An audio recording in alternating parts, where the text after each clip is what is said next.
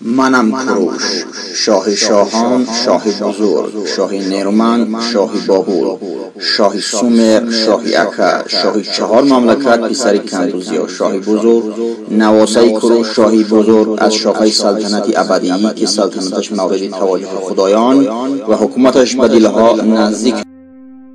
در سال 1285 هرمزد رسام زیر رهبری باستانشناس انگلیس هنری لوید در بابل در شهرستان رودان استوانه سفارین از گل پخته را دریافت کرد. استوانه یا سیلیندری مذکور که در آن نوشتجات مخصوص حکاکی شده است 23 سانتی متر درازی و 11 سانتی متر عرض دارد.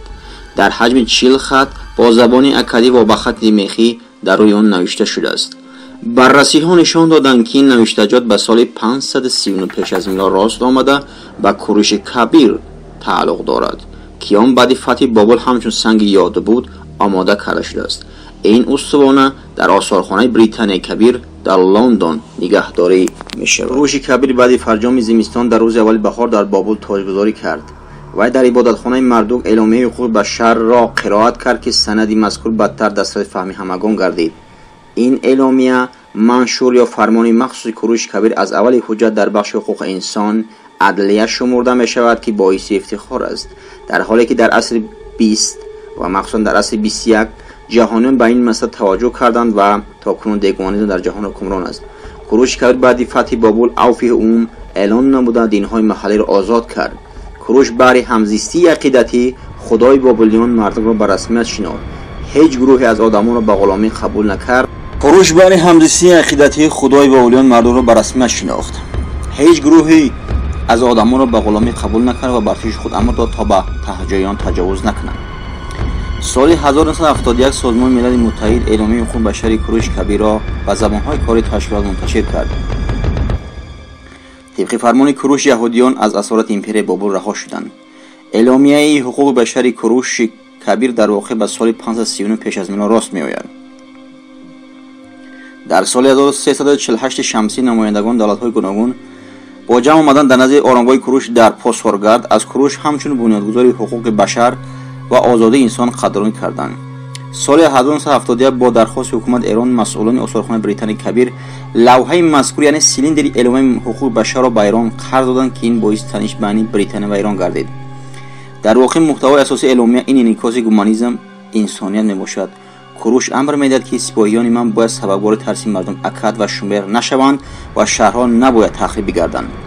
هر بند اعلامیه به صفت قانون برآمد مینمودند و کوروش اعلان نمود که در سراسر هخامنشیان هر کی طبق اعلامیه عمل نمیکند به حبس کشیده شود یا از حیات محروم شود.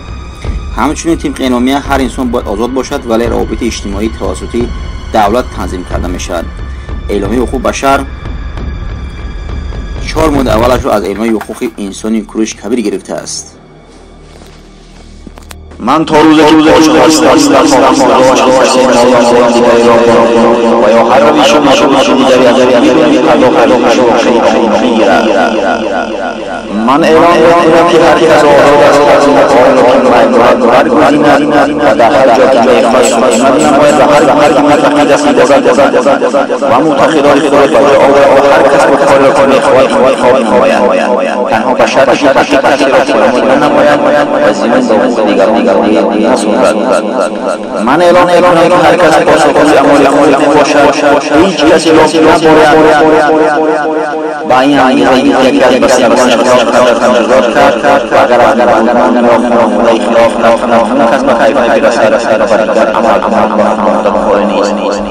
روزی که من زنده هستم نخواهم از آن و دیگر بفروشند و این رسمی باید بربرد. از مزدا خدا میخوام که مرا در تعداد که نسبت به ملت‌های ایران و ممالک 4 گانه گرفتم پیروز گرداند.